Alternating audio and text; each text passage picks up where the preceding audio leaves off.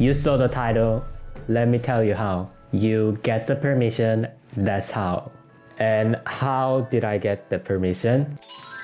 Here it is. 2 years ago, I applied for a contest named 2022 Anjali Art Museum National Student Outstanding Art Exhibition.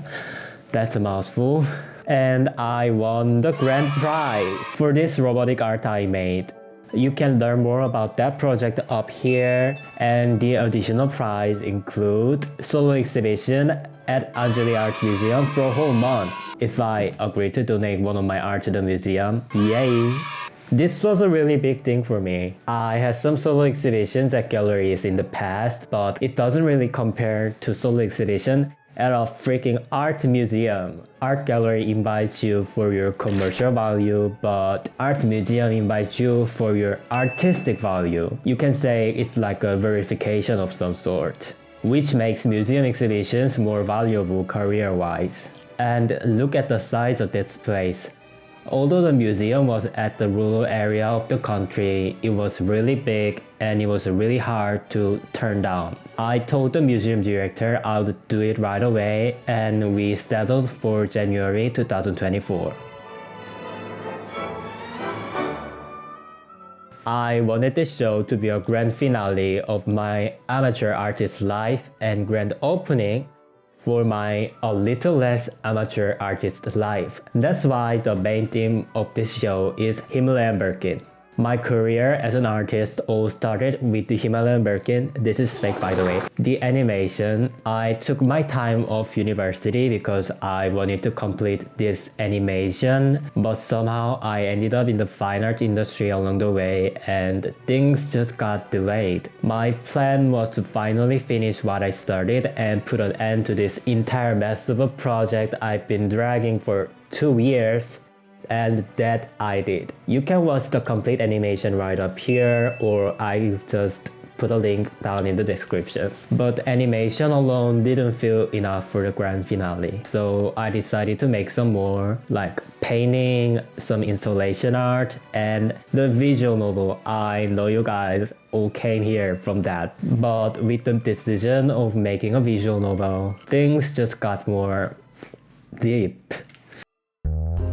Original idea for the animation started with the school assignment I did when I was still back at the university. I had this fiction writing class and I wrote a story about a South Korean kid going crazy over a Chanel bag. But after I finished the story, I was watching some YouTube videos and suddenly Jeffree Star pulls out this beautiful bag called the Himalayan Birkin. The day I saw that bag, I fell in love with the bag. I immediately did a very deep research about it and I found out, it was auctioned for $450,000, like and I was like, this is the it bag, Chanel, whatever. I rewrote the story with Himalayan Birkin as a main subject and I kinda just turned it into the animation. So here's the story. There are 4 main characters here: crocodile father, crocodile son, shark, and wolf. Wolf works under shark and shark commands wolf to kidnap crocodile son. But when wolf visits crocodile son's house, crocodile father gives himself instead to protect his son. So wolf takes the crocodile father to the slaughterhouse and he's turned into a Himalayan Birkin. But wolf goes through this series of emotions like anger, guilt, sadness, etc. and decides to steal the Himalayan Birkin and give it back to the crocodile son. And the story ends with crocodile son reuniting with his crocodile father. Although I really loved this animation, I know this wasn't enough. It's just too short to explain what motivated Wolf to steal the bag and give it back to the crocodile, or literally anything else. I couldn't make it any longer because this was a solo project and I had limited time. That's when I thought, I need to make a visual novel myself. I'm actually a huge furry visual novel enjoyer. I read Burroughs, I read Echo, The Smoke Room, and many more. I always listen to furry visual novel playthroughs when I'm working. And I was always like, I should make one myself someday. And it turns out making one by yourself isn't that hard, so I made one. There's going to be a spoiler, so if you haven't played my game yet, pause the video and go download it right now. Link in the description. And warning, it contains sensitive content, so no minors allowed. Play only if you're over 18. And I suggest you watch this video about my first exhibition for more context because this video gives you a brief overview of South Korean culture. It will help you understand the cultural situation Callum got himself into.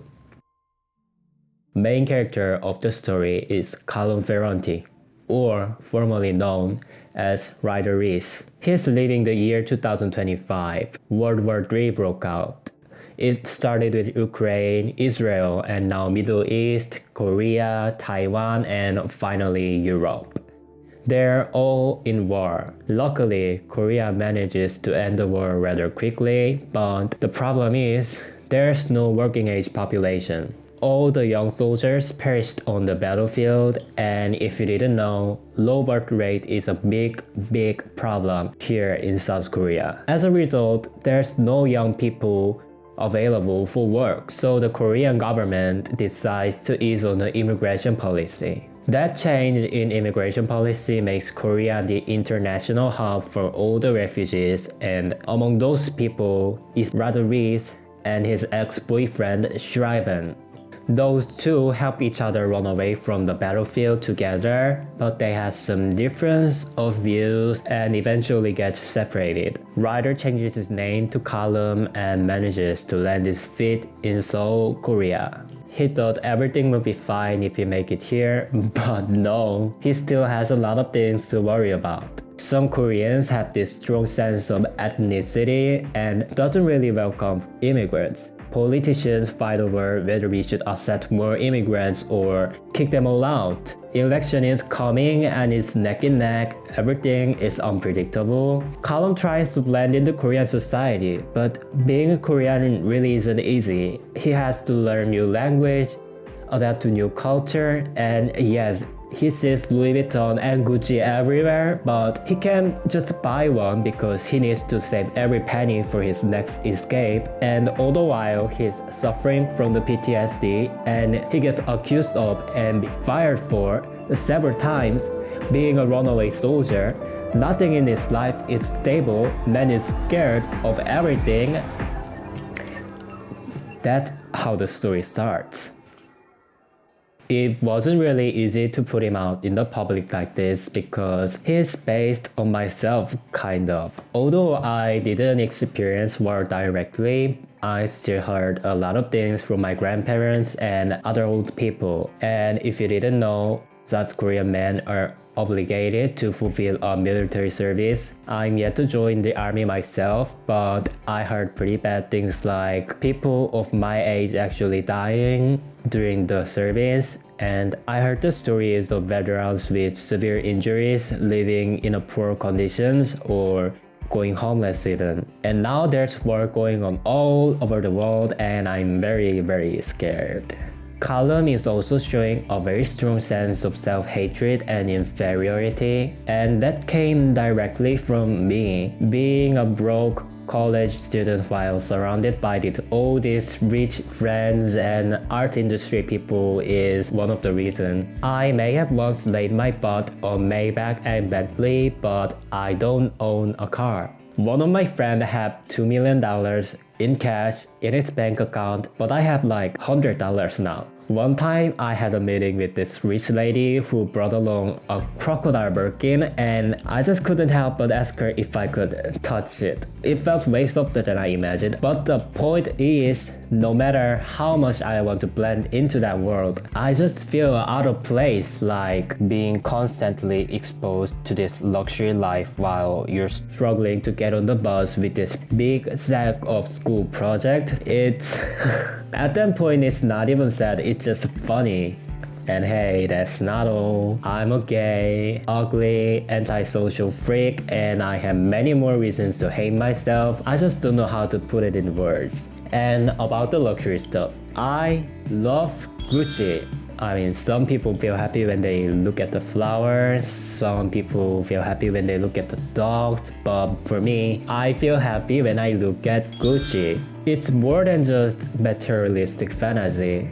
It's about appreciating the craftsmanship that went into the piece. It's about feeling better about myself when I'm wearing it. And it's about feeling happy by appreciating the beautiful products. And many more. Problem is, I'm too broke to afford one, and the only way I can wear one of those is to go to the boutique, pretend I'm buying something, then trying them on in the changing room, not buying anything and blaming it on them not carrying extra small, while in reality I'm not buying it because I'm broke. I love Callum. He is one of the very few people I can relate to. But I'm still not sure who he is because I'm not even sure what kind of person I am. One of the reasons why I'm really passionate about this project is because this is about learning myself. This may be an entertainment for you guys, but for me, it's more than just an entertainment. This is a journey of self-discovery. Anyways, it's time to craft some things. First, I wanted to make an art that can introduce the character column. So I did some research on images that can represent the column. And this is the sketch I came up with on the subway. Next thing I did is I did some practice on how I should be coloring this thing. I first tried doing it on the paper, but I messed up, so I went to digital. Then I practiced some techniques on the paper, and finally I started painting on the actual canvas. And that's how the Senora Gucci was born. I wanted this to give like Baroque painting vibe, the gilded frames and stuff like that. So I ordered this frame, but it came with this ugly plexiglass. See, when your painting has a lot of black, adding a glass basically turns your art into a mirror. You see the reflections there? And what I absolutely hate about the plexiglass is that it's all wobbly and it distorts the image. You see how that supposedly rectangular light is not rectangular at all? I just had to remove it, and the only way to remove it was to break it, because at that point the exhibition was only like 3 days away. I just didn't have enough time to do it the right way, but I didn't damage the frame, so it's fine.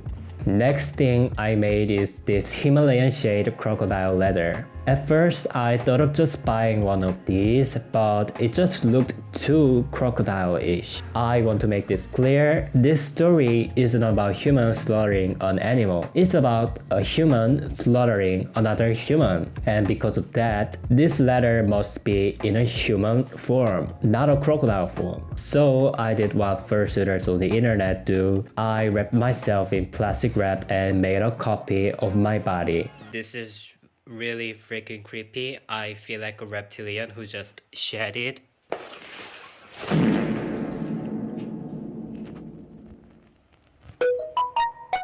Anyways, I cut them into pattern pieces and traced them onto this cotton cloth. After I figured everything worked fine, I cut out my fabric and made the lining part like this, and I did the same with this fake crocodile leather. I then glued the lining to the crocodile leather. I just used this fabric glue. After that, I dyed the leather using acrylic paint. Here's a little peaceful footage of me drawing on the leather, and here's a close-up footage of that.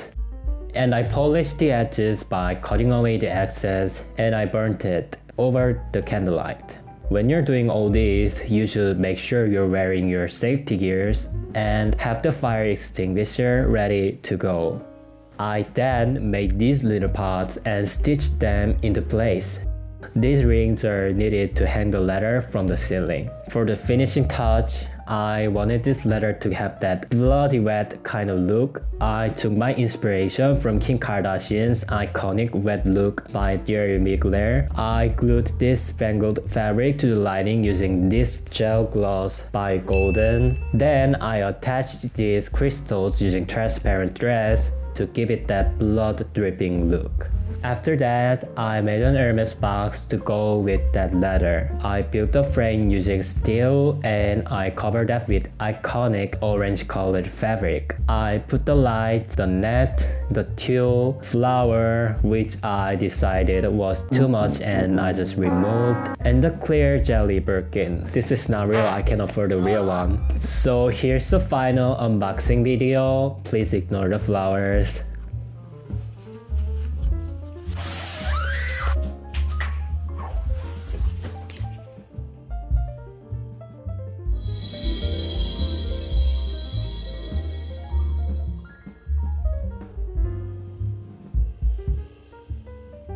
After all that, I still had some crocodile leather left, so I decided to make them into these information boards and gaming pads.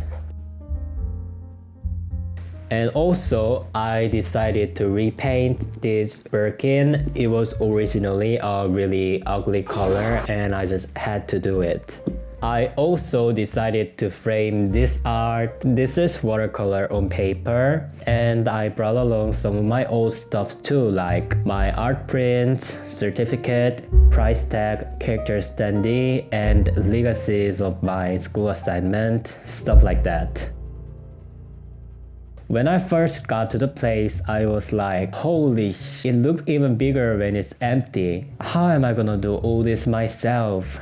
I had to do it myself anyway because I was all by myself. It took me 3 days in total. Anyways, I started by removing the nails on the wall and covering up the holes. Then I filled this wall with my animation frames, which is 90 in total. I had to wear a safety helmet for this because I was climbing ladders. Filling up big walls with tiny things is one of my favorite things to do because when people see something bigger than themselves, it gives this overwhelming feeling, and I love that feeling. And here's a tutorial on how to hang a frame that's bigger than you by yourself. You just do it with the help of a table. Remember people, with enough determination, you can do anything by yourself. See how I'm hanging all these frames by myself with no problem? Who needs a friend to help you along the way, am I right? Now this part, I absolutely pissed myself. Doing small tasks on the ladder alone was terrifying, but moving lights, thrilling experience, let's put it that way. And I had to hang this ladder to the ceiling. I seriously considered just laying it on the ground because doing wireworks and drilling a hole in a concrete on a ladder was not fun at all. I know I look all calm and fine on the footage, but in my head I was like, oh my god, is this how I'm gonna die? But don't worry, I'm well and alive, just a little traumatized. After all that, I did some cleaning and it was finally a showtime. Outside the museum, I put some banners to let people know that I'm doing an exhibition here. And here we go. You open the door and you see the room dedicated to the story of Javi. This part of the show was actually not in the plan, but the director suddenly told me this room is vacant and it'd be better if I fill in. What I did was I just copy-pasted the latest exhibition. You can learn more about that in the upcoming video. And this is where the 4 Himalayan Birkin starts. Here's a brief overview.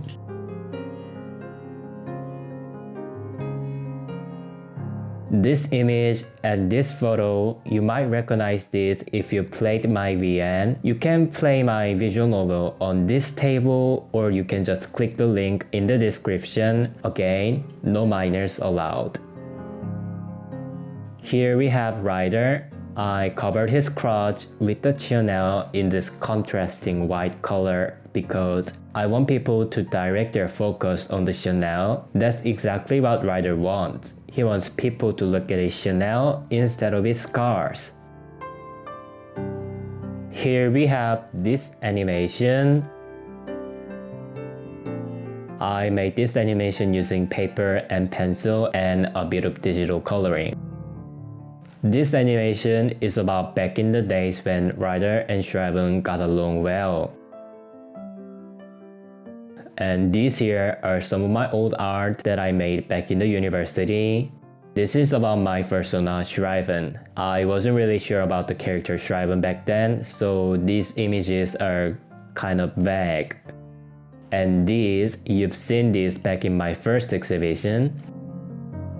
This was originally a commission I did for someone on Twitter. The character is Dark Matter from Precure. He has nothing to do with the story, but as you can see, he's rocking a full Gucci and I thought he'd be a perfect fit here. And this picture here is inspired by these pictures. It's Flaunt Your Wealth challenge that was viral years ago. Here we have a Rolls Royce and Ryder's sugar daddy just kicked him out. Here's all the luxury Ryder has ever wanted. He got Gucci, Mont Blanc, Louis Vuitton, Fancy Champagne, Tiffany ring, Patek Philippe, and a Birkin. In this picture, we have these two fighting over a Himalayan Birkin. And there's the animation I've been working on for past 2 years. I put this installation art in front of the animation. This shows how the Himalayan Birkin is made. Here's the bloody Himalayan leather. And we have here a huge Hermes package. And inside, we have a soulless Birkin. If you put the soul of the crocodile into this soulless Birkin, then you get the Himalayan Birkin.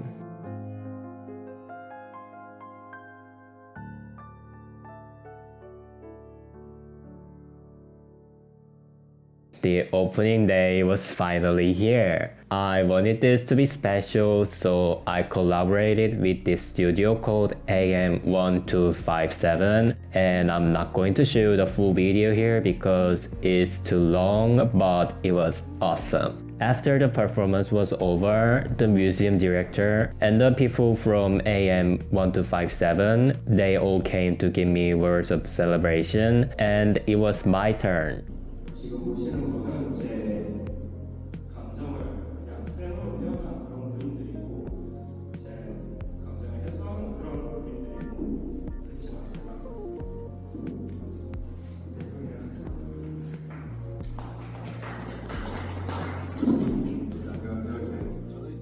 I cried. I told everyone that I cried because I was happy, because I didn't want them to worry about me.